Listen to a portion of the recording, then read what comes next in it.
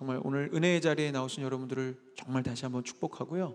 오늘 설교는 물론 하나님의 은혜로 준비했지만 제가 이렇게 설교문을 준비하면서 그런 경우가 있습니다. 설교를 쓴 사람이 먼저 이렇게 은혜를 받는 그 설교문이 오늘 설교문인 것 같아요.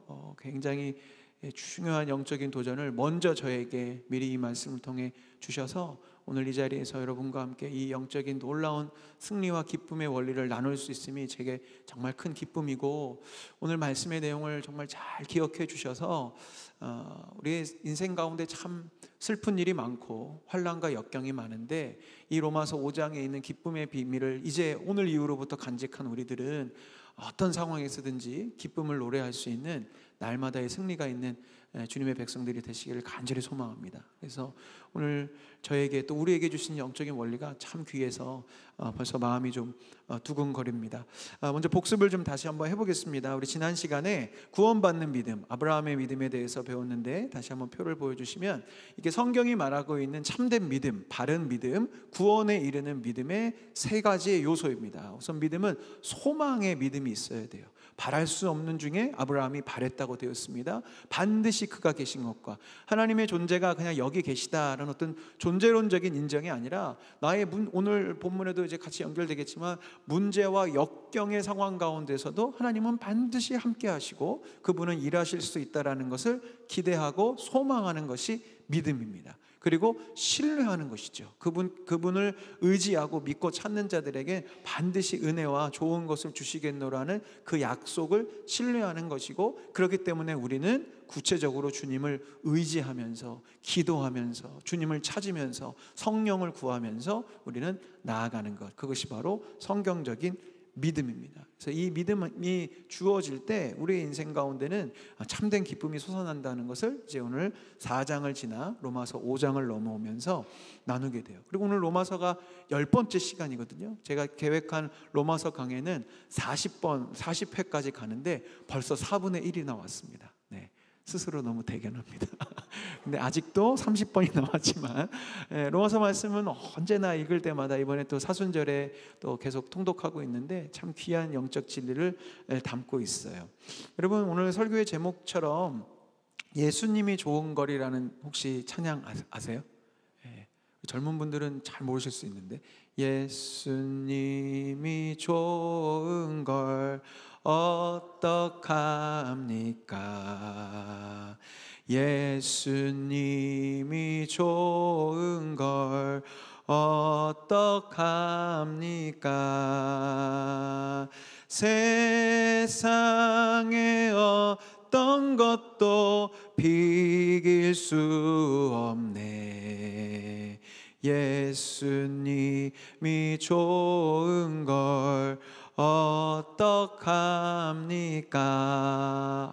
너무 찬양 소리가 너무 아름답고 예쁘네요. 네, 하나님께서 굉장히 기뻐하실 것 같은데 이 노래는 좀 장구치면서 같이 해야 되는데 예수님이 좋은 걸 어떡합니까? 이광무라는 분이 지으신 찬양인데 예수님이 너무 좋으셨나 봐요. 이분이 이 찬양을 지을 때 예수님이 좋은 걸 어떡합니까? 예수님이 좋은 거, 이 노래를 멈출 수가 없는 거예요. 사랑하는 여러분, 이 기쁨, 이 노래, 이 즐거움이 여러분 안에 있으세요? 아멘. 더 깊이 있기를 원하는데 이제 오늘 그걸 같이 나누려고요. 다시 한번 또 복습 차원에서 한번 보여드릴게요. 이 기쁨은 우리의 믿음이 깊어질수록 자연스럽게 나타납니다. 그래서 믿음은 정말 중요한 것 같아요. 그러니까 우리가 억지로 기뻐할 수 없잖아요.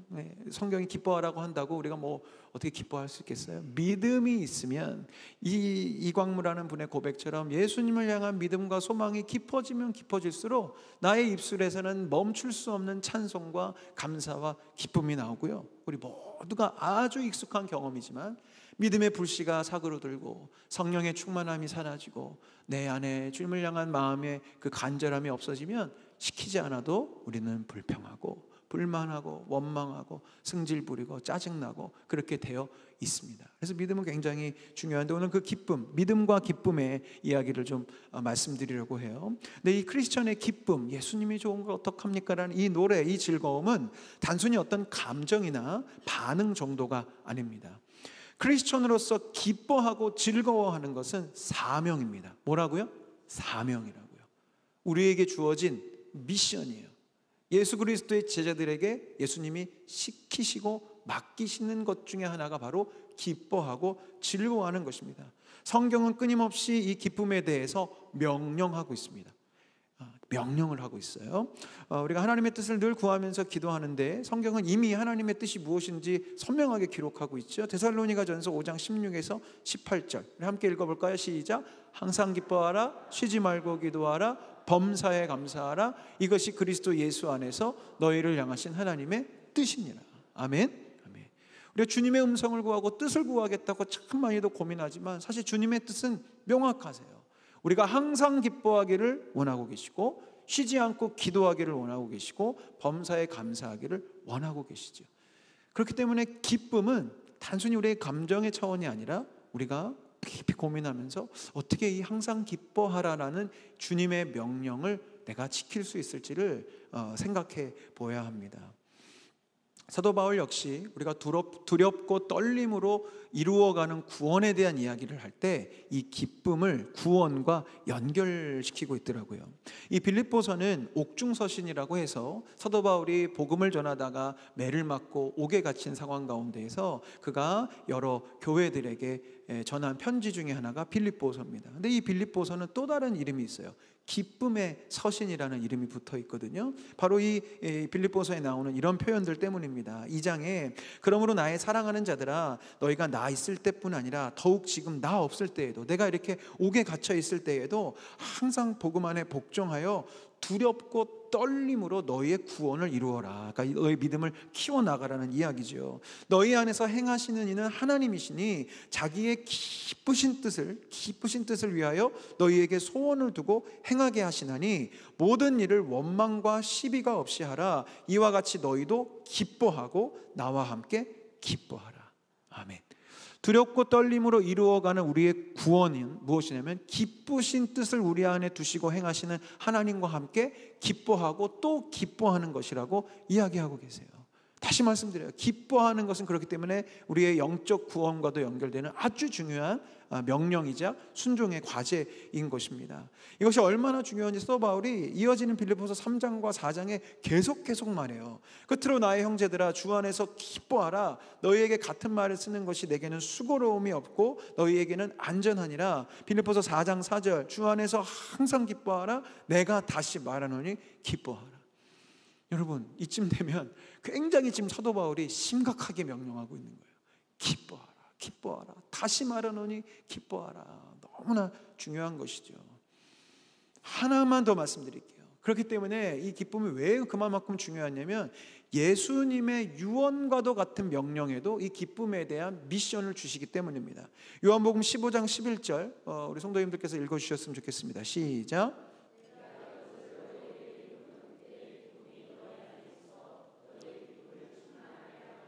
아멘.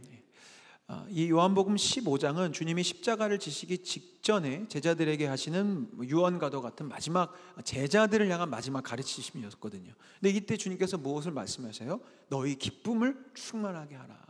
내 기쁨을 너희 안에 두었으니 그 기쁨으로 기뻐하라고 지금 마지막으로 또 명령하고 계시죠. 그렇기 때문에 여기서도 우리가 내 기쁨을 너희 안에 둔다고 하셨어요. 예수님을 우리 영접했다고 고백하지 않습니까? 그리고 성령님이 내 안에 계신다라고 우리는 믿고 있는데, 그렇다면 우리한테는 어떤 모습이 나타나야 되냐면 주님 주시는 기쁨으로 내 삶에 기쁨이 나타나야 된다는 거예요. 그렇기 때문에 이 기쁨은 우리에게 사명이 되어지고, 우리의 이 사명은 오늘 결론에 나눌 우리의 복음을 전하는 일과도 밀접하게 연결되어 있습니다. 복음을 전하는 행함을 주님께서 우리에게 요구를 하시는데, 이 복음을 전하는 행함은 우리의 기쁨과 즐거움으로 전해져요. 몇 번 말씀드렸던 것 같은데, 여러분, 매일 찡그리고 매일 투덜거리는 삶을 살아가는 사람이 예수 믿으세요라는 이야기를 누가 과연 믿을 수 있을까요? 그죠? 나의 기쁨, 즐거움, 나의 밝은 표정 그 자체가 복음을 전할 수 있는 아주 소중한 통로가 되는 것입니다. 그래서 오늘 주님께서는 이 기쁨을 명령하고 계시고, 이 기쁨이 단순한 즐거움을 넘어 우리의 자랑이 될 수 있도록 요청하고 계세요. 오늘 본문 이 5장 1절에서 11절에 중요하게 반복되는 3번의 표현이 있습니다. 5장 2절에 하나님의 영광을 바라고 즐거워하느니라, 3절에 환난 중에도 즐거워하나니, 11절에 하나님 안에서 또한 즐거워하느니라. 이 3번의 아주 중요한 방점을 사도 바울이 로마서를 통해 찍어주고 있고요. 여기서 이 즐거움이라는 헬라어는 카우카우마이라는 단어인데, 몸을 곧게 세우다라는 이 단어의 이미지를 갖고 있대요. 그래서 자랑하다, 뽐내다, 자랑 삼아 말하다라는 뜻이 원뜻이고요. 오늘 이 본문에서는 그렇기 때문에 자랑할 만큼 기쁘고 즐거운 것, 자랑하지 않을 수 없는 것이라는 표현으로 우리가 바꾸어서 읽을 수 있는 것이죠. 그래서 오늘 설교의 부제목처럼 이 기쁨, 복음 안에, 예수님 안에 주어지는 이 기쁨은 개인적인 즐거움을 넘어 이것이 우리의 자랑이 되고, 예수님의 기쁨을 자랑하게 되고, 내 안에 있는 이 기쁨을 남들에게 자랑하게 되는 거죠. 그러면 이것이 자연스럽게 무엇이 되겠습니까? 이게 전도가 되는 거예요. 그러니까 이 인생을 우리가 꿈꾸면서 기도하고 연습하고 갈망하셔야 됩니다. 아까도 말씀드렸지만 주 안에서 기뻐하라, 주 안에서 즐거워하라 라는 이 명령이 있어도 우리가 억지로 기뻐하는 게 과연 기쁨이라 할 수 있겠습니까? 그리고 기뻐하는 척하는 게 맞겠어요? 방금까지의 내용을 여러분 잘 들으시고 아멘으로 받으셨을 텐데, 이것을 우리가 혹은 율법적으로 해석하거나 또 우리의 어떤 인간적인 의지적인 차원으로 접근하시려고 하면 이 기쁨에 대한 명령은 또 우리에게 슬픔으로 다가올 겁니다. 억지로 막 기뻐해야 되나 봐. 목사님이 크리스천은 기뻐하라고 하셨어. 전도하려면 기뻐해야 된대. 막 속은 썩어 들어가는데 막 애써 막 웃는 표정 짓고 그러면 병 나요, 여러분. 정신병 걸려요. 우리 복음은 우리의 힘을 의지하지 않는 게 복음입니다. 아멘. 몇 주 전에 나왔죠. 우리는 절망 그 자체입니다. 그러니까 늘 사실 로마서의 결론은 계속 똑같아요. 주님의 다스림 속에서 살아가야 되는 거예요. 우리 안에 주어진 이 기쁨도요, 우리가 기뻐해야지, 웃어야지 뭐 이게 된다고 되는 것이 아니라 우리 안에 복음과 믿음과 그 능력이 우리 안에서 살아나기 시작할 때 우리는 기뻐할 수 있게 되는 겁니다. 복음이 주는 참된 기쁨, 하나님의 사랑이 주신 그 친밀한 관계 가운데 샘솟는 참된 즐거움이 내 안에 계속 차고 넘쳐서 기뻐하지 않을 수 없고, 즐거워하지 않을 수 없고, 자랑하지 않을 수 없는 인생이 되는 거예요. 얼마나 멋지고 꿈꿔야 될 인생입니까? 억지로 기뻐하는 게 아니라 내 안에 복음과 믿음이 깊어지면 깊어질수록, 내가 예수님을 바라보면 바라볼수록, 주님의 사랑을 고백하면 고백할수록 내 인생이 그렇게 즐거움과 자랑으로 넘치게 된다는 거예요. 여기서 이제 실질적인, 그러면 우리의 인생이 기쁨으로 활활 정말 타오르고 즐거움이 넘치고, 넘치다 못해 자랑으로까지 이렇게 기쁨이 막 배가 되기 위해서 오늘 본문은 감사하게도 구체적인 이 기쁨의 연료, 기쁨의 재료를 3가지를 알려줍니다. 궁금하시죠? 자동차가 달리려면 기름을 넣어야 되듯이 우리가 주님 안에 기뻐하고 즐거워하고 자랑스러운 인생이 되기 위해선 3가지 연료가 필요하대요. 오늘 본문에 그 3가지 비밀이 기록되어 있는데, 기쁨의 첫 번째 연료는 자막 띄워주세요. 읽어봅시다. 시작. 천국 소망. 천국 소망이 우리 안에 연료로 계속 내 마음 가운데 고백되어지고 묵상되어지고 생각될 때 기쁨이 막 올라옵니다. 오늘 5장 2절 말씀 제가 다시 읽겠습니다. 또한 그로 말미암아 우리가 믿음으로 서 있는 이 은혜의 들어감을 얻었으며 하나님의 영광을 바라고 즐거워하느니라, 하나님의 영광을 바라고 자랑하느니라, 이렇게 성경을 기록하고 있습니다. 우리는 언제 하나님의 영광을 볼 수 있을까요? 일단 우리가 예배를 통해서도 하나님의 영광을 바라볼 수 있지만 거기에도 나름대로의 한계가 있습니다. 물론 우리가 깊은 우리 인생의 몇 번의 어떤 그런 굵직한 상황 가운데 하나님의 영광스러운 임재를 경험하는 예배를 드리거나 기도함 가운데 하나님의 그 황홀한 환상 가운데 주의 영광을 보게 하시는 일들이 있을 수 있습니다. 그러니까 그것은 매우 드문 경험이죠. 지금 이 이야기는 우리가 이 땅을 살아가면서 경험하는 하나님의 영광도 물론 포함되어 있지만 궁극적으로는 저 천국에서 보게 될 하나님의 영광을 이야기하고 있어요. 사도 바울이 지금 얘기하는 핵심은 명확합니다. 천국에서 보게 될 하나님의 영광을 바라보면서 생각하면서 기억하면서 즐거워해야 한다고 이야기하고 있는 것이죠. 사랑하는 여러분, 천국은 확실히 있습니다. 반드시 있습니다. 우리가 가보지 못했고 보지 못해서, 그래서 이 갈망과 이 천국 소망이라는 재료가 내 심령 가운데 이렇게 들어오는 경우가 많이 없지만, 우리는 성경 말씀을 통해서 우리 천국을 꿈꾸고 기대하고 갈망하셔야 돼요.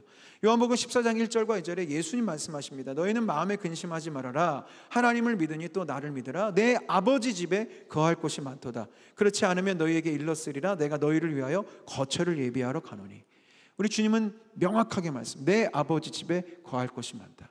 우리 천국이 있고요, 그 천국에 우리가 거할 집과 처소가 있습니다. 우리 예수님의 이 약속을 믿으며 천국을 소망하는 것이죠. 또한 누가복음 23장에서 예수님이 좌우에 있는 강도들에게 이렇게 말씀하시죠. 내가 진실로 내게 이르노니 오늘 내가 나와 함께 낙원에 있으리라.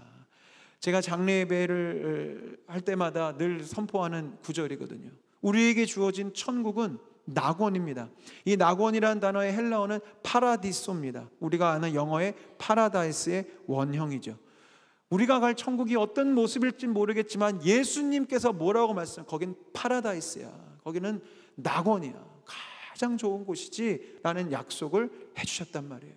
그러니까 우리가 그 천국을 소망하고 바라고 하나님의 영광과 그 낙원의 장소를 기억할 때 우리의 인생 가운데 기쁨이 솟아난다는 것이죠. 또한 요한계시록에 한 번 더 이 천국의 모습의 흔적을 사도 요한을 통해 주님이 알려주십니다. 21장의 몇 부분을 읽어드릴게요. 성령으로 나를 데리고 크고 높은 산으로 올라가 하나님께로부터 하늘에서 내려오는 거룩한 성 예루살렘을 보이니 그 성은 해와 달의 비침이 쓸데없으니 이는 하나님의 영광이 비치고 어린 양이 그 등불이 되심이라. 그러니까 천국은 하나님의 영광이 햇빛 되는 곳이에요. 근데 그곳은 어떤 곳이냐면 내가 들으니 보좌에서 큰 음성이 나서 이르되 보라 하나님의 장막이 사람들과 함께 있음에 하나님이 그들과 함께 계시리니 그들은 하나님의 백성이 되고 하나님은 친히 그들과 함께 계셔서 모든 눈물을 그 눈에서 닦아주시니 다시는 사망이 없고 애통하는 것이나 곡하는 것이나 아픈 것이 다시 있지 아니하리니 처음 것들이 다 지나갔음이로라. 아멘. 아멘. 이것이 우리가 가게 될 천국이에요. 아픈 것이 다시는 없고 눈물과 애통과 탄식이 없는 그곳을 우리를 위해 허락해 주셨단 말이에요. 사도 바울이 옥중에서 매를 맞고 목진 고난을 당해도 기뻐하면서 그 매를 맞으면서도 웃을 수 있었던 그 기쁨의 이유는 어디 있냐면 바로 저 천국에 대한 소망이 사도 바울에게 있었기 때문이고, 사도 바울 같은 경우에는 소망만 품은 것이 아니라 주님의 은혜 가운데 그가 천국을 보고 오는 직접 계시가 있었기 때문에 더욱더 기뻐하며 감내할 수 있었겠지요. 이것을 동일하게 우리의 인생에 적용해 보셨으면 좋겠어요. 슬프고 낙심되고 몸이 아프고 괴로우실 때, 그리고 이 땅에서 사는 삶이 너무 힘들고 억울하고 힘들다고 느껴질 때 한번 천국 생각을 한번 해보셨으면 좋겠어요.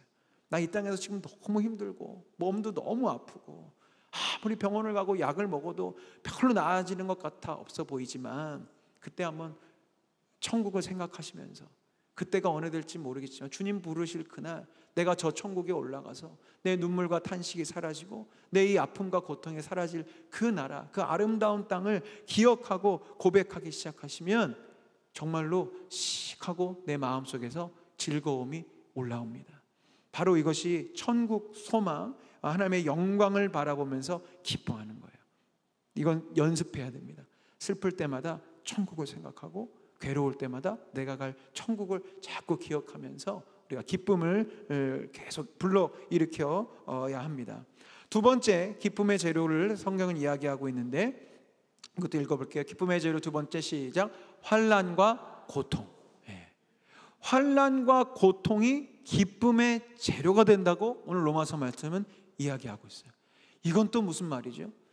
천국 소망이 우리에게 기쁨의 재료가 된다는 건 좀 이해가 되는데, 우리는 천국은 너무 좋은 곳이고 귀한 곳, 낙원이니까 그래서 우리가 상상하고 생각하면 무엇을 상상하든 그것보다 아름답고 멋진 곳일 테니 기쁨이 올라올 수 있겠는데, 아니 환난이 어떻게 기쁨의 재료가 될까? 그 비밀을 사도 바울께서는 오늘 이렇게 기록하고 있죠. 다만 이뿐 아니라 우리가 환난 중에도 즐거워하나니 이는 환난은 인내를, 인내는 연단을, 연단을 소망을 이루는 줄 알미로다. 이제 그 설명드리겠습니다만, 우리 참된 주님 안에 있고 우리 하나님의 능력 가운데 거하는 크리스천들에게는 어떤 힘이 생기냐면요, 환난과 고통이 기쁨의 연료가 되는 그 놀라운 하나님의 역사하심을 우리 가운데 허락하신다는 거예요. 이건 이렇게 비유해 드릴 수 있을 것 같아요. 제가 이제 요즘에 신방 중에 있으니까 여러분 신방 게시판에 아직 빈칸이 너무 많습니다. 제발 신청해 주십시오. 신방을 신청해. 저랑 지금 밀당하시는 거 아니죠? 네. 다 모두 다 신방할 거니까 그 빈칸에 꼭 해당되는 날짜 적어주시고, 목사님이 적어놓은 거엔 도무지 저희 집은 일정이 안 돼요 그러시면 저한테 연락 주세요. 제가 어떻게든 맞춰서 밤 10시라도 마실 수 있습니다. 이제 그건 이제 제가 설교나 여러 사역 일정 중에 가능한 일정을 이렇게 뚫어 놓은 건데, 이거 외에는 정말 시간이 없으신 분은 정말 다시 연락 주셔도 너무 감사하겠어요. 어쨌든 제가 신방 중에 있는데 저희 교회에 허영배 권사님 계세요. 이 권사님 댁에 갔더니 권사님 댁에 너무너무 따뜻한 거예요. 집이 너무 따뜻해서 집이 참 따뜻하네요 이렇게 말씀드리더니 집에 화목 보일러를 두셨대요. 그러니까 나무를 태워서 하는 보일러 두셨는데 이 연료비가 거의 안 든다는 거예요. 그래서 이건 화목 보일러는 그렇게 효율이 좋은가라고 생각했는데 그게 아니라, 우리 권사님이 이 철거하시고 이렇게 설비하시는 일들을 하시는데 어디 가서 이렇게 철거해 오면 늘 폐 목재가 많이 나와서 그냥 그걸 갖다가 보일러를 태우면 되기 때문에 연료비가 한 개도 안 든다는 얘기를 하시더라고요. 그래서 굉장히 부러웠습니다. 저희 집은 도시가스인데 이렇게 겨울 내내 나름대로 좀 시원하게 지내본다고 했는데도 왜 이렇게 가스비는 많이 나오는지, 저희 집에도 화목 보일러를 두고 싶었으나 아파트라서 그럴 수가 없었어요. 근데 제가 말씀을 준비하다가 권사님 댁에 있는 화목 보일러가 생각났어요. 그 버려지는 목재도 권사님 댁에 있는 화목 보일러에서는 연료로 귀중하게 쓰임을 받더라고요. 그런데 너무 제가 가슴 뛰는 이 깨달음이라서 자막을 준비했거든요. 자, 우리 크리스천의 가슴에는 환난과 고통마저도 기쁨으로 바꾸어내는 화목 보일러가 설치되어 있습니다. 할렐루야, 아멘. 다시 한번 같이 읽어볼까요? 시작. 우리 크리스천의 가슴에는 환난과 고통마저 기쁨으로 바꾸어내는 화목 보일러가 설치되어 있어요. 그냥 제가 지어낸 말이 아니에요. 오늘 이 영적인 원리가 바로 이 원리입니다. 우리 안에 있는 여러 가지 환난과 고통이 기쁨으로 전환될 수 있습니다. 그 능력을 우리 성령께서 우리 가운데 만들어내시고 일하시는 거예요. 어떻게 그렇게 되느냐? 오늘 본문이 이렇게 이야기죠. 환난은 인내를, 인내는 연단을, 단련된 인격을, 이것은 우리에게 소망을 만들어주세요. 자, 여러분 한번 속으로 한번 상상해 보십시오. 여러분이 두 가지 인생을 선택할 수 있어요. 문제가 없는 인생, 문제가 전혀 없는 인생, 그리고 또 다른 인생은 문제가 와도 너끈히 이길 수 있는 힘이 있는 인생. 여러분 둘 중에 하나를 선택하시려면 어떤 걸 선택하시겠습니까? 문제가 아예 없는 인생, 아니면 문제가 와도 이길 수 있는. 저는 후자를 선택하고 싶습니다. 왜냐?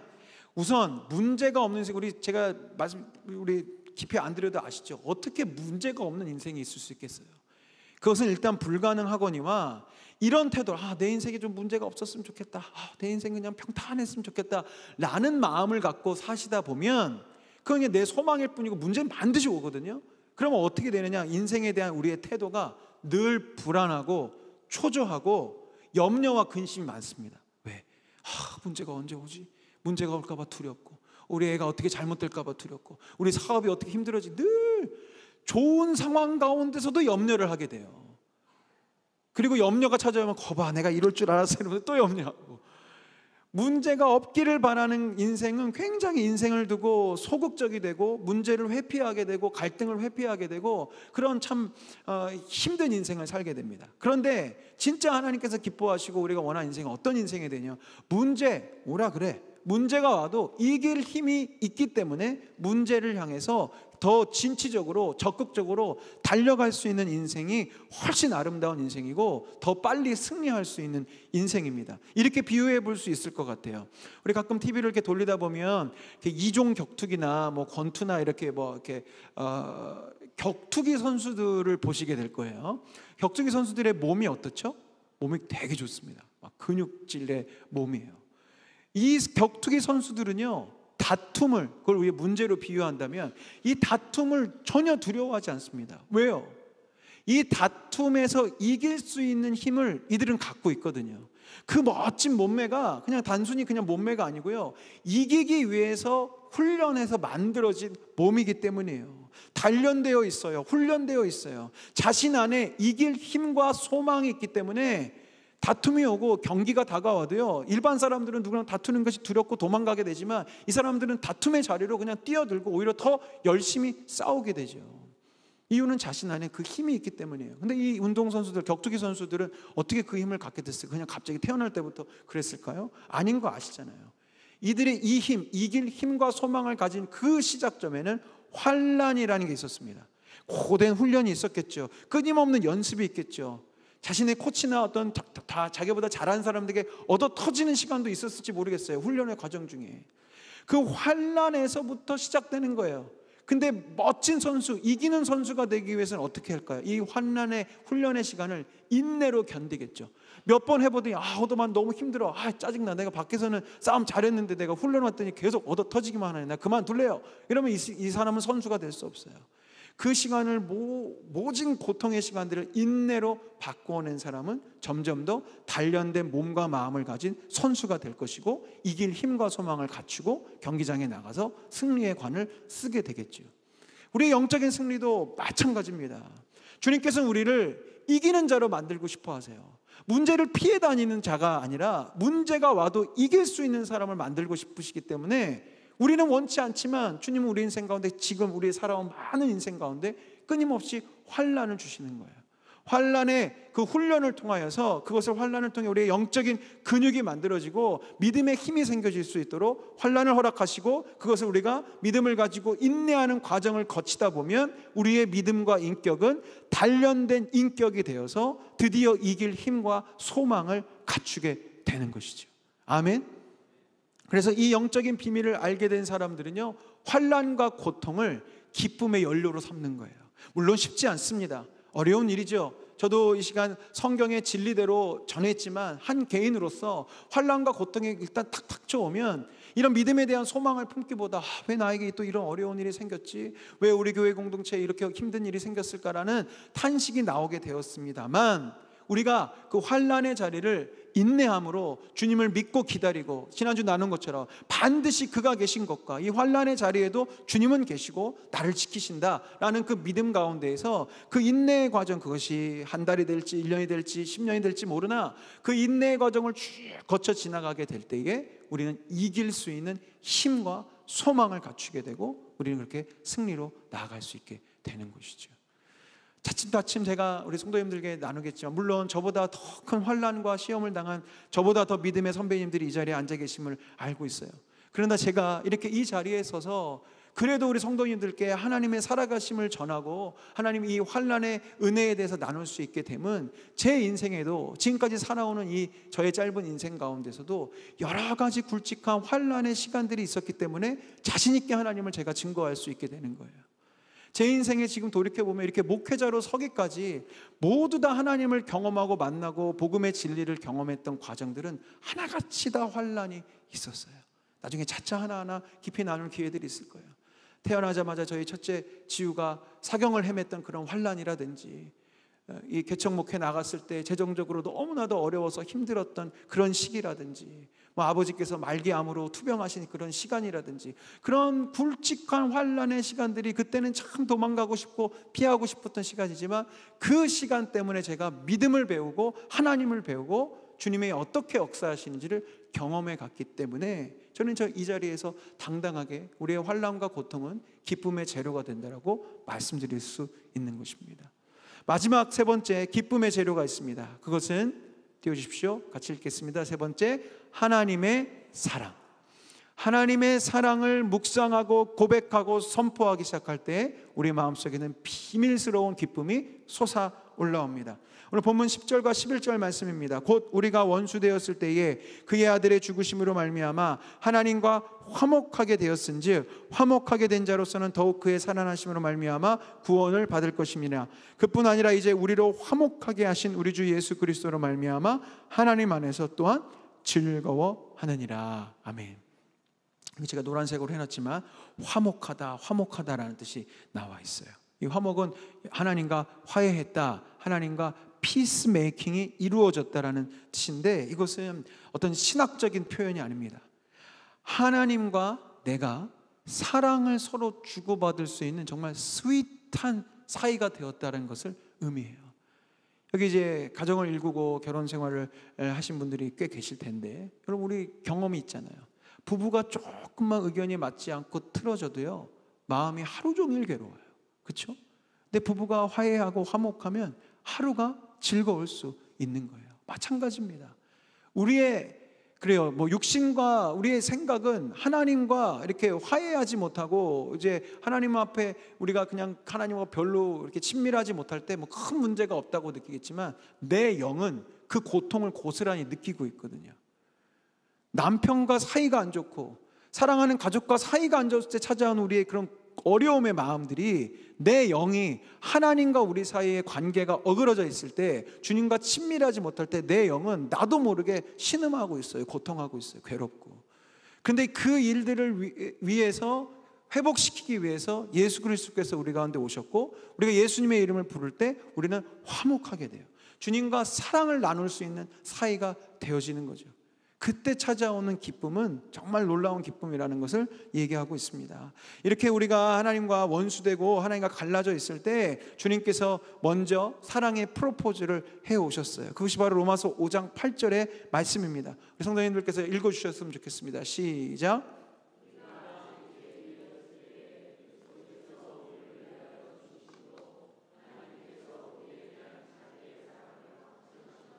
아멘, 아멘. 이건 하나님의 먼저 다가오시는 프로포즈였어요. 우린 주님께 원수된 자들이었고 죄로 인해서 하나님과 분리된 자들이었죠. 이제 곧 살펴볼 로마서 6장을 통해 우리가 죄의 종이 되었을 때에 어떤 비참한 지경에 이르렀는지를 나누게 될 텐데, 그런 우리 하나님과 원수되었고 하나님께 가까이 갈 수 없었던 우리에게 주님이 먼저 사랑의 프로포즈를, 사랑의 이 화해와 용서의 제스처를 취해 주신 거예요. 당신의 아들 예수 그리스도를 십자가에 달아 죽이심으로 그 사랑을 확증하여 주셨죠. 우리가 이 사랑을 지식이 아닌 정말 내 마음과 감정과 영혼으로 부여잡기 시작할 때 우리 안에는 놀라운 기쁨이 시작되고 샘솟습니다. 여러분, 이 사랑이 보통 사랑입니까?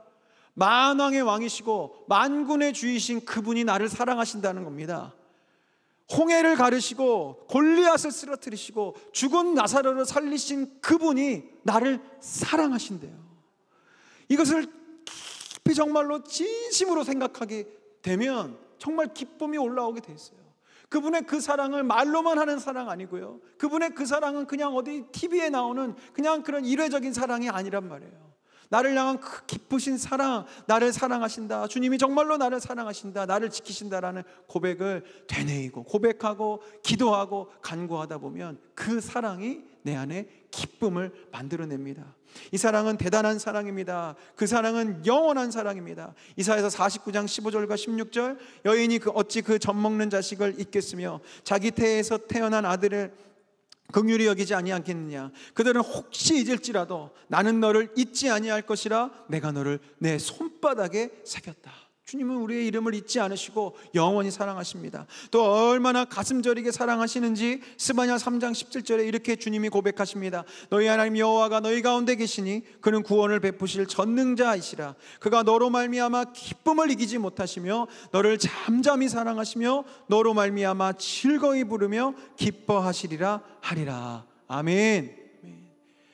주님이 우리를 가슴 절절히 사랑하고 계시대요. 우리가 왜 기쁘지 않을까요? 왜 우리가 주님을 믿는다 하면서도 이 기쁨의 명령 앞에 이렇게 쉽게 순종하기가 어려울까요? 그 이유는 우리 인생에 좋은 일들이 별로 없어서 그런 이유가 아닙니다. 내 뜻대로 안 돼서가 아닙니다. 우리가 하나님의 그 사랑을 잊어버렸기 때문이에요. 잃어버렸기 때문이에요. 우리 주님의 이 사랑이 내 안에 있음을 정말로 믿게 되는 사람은요, 기뻐할 수밖에 없어요. 근데 우리는 참 여전히 연약한 죄인이어서 그 사랑을 받았고 여전히 그 사랑을 받고 있음에도 불구하고 엉뚱한 자리에서 내 기쁨을 구하느라, 엉뚱한 대상에 가서 나 좀 사랑해줘, 돈이라는 애한테 찾아가서 나 좀 사랑해줘, 어떤 사람한테 찾아가서 나 좀 사랑해줘, 이러고 있느라 우리의 인생의 기쁨이 점점 사라지는 거예요. 우리가 다가가서 정말 나 좀 사랑해줘라고 말할 유일한 대상은 우리 주 예수님이십니다.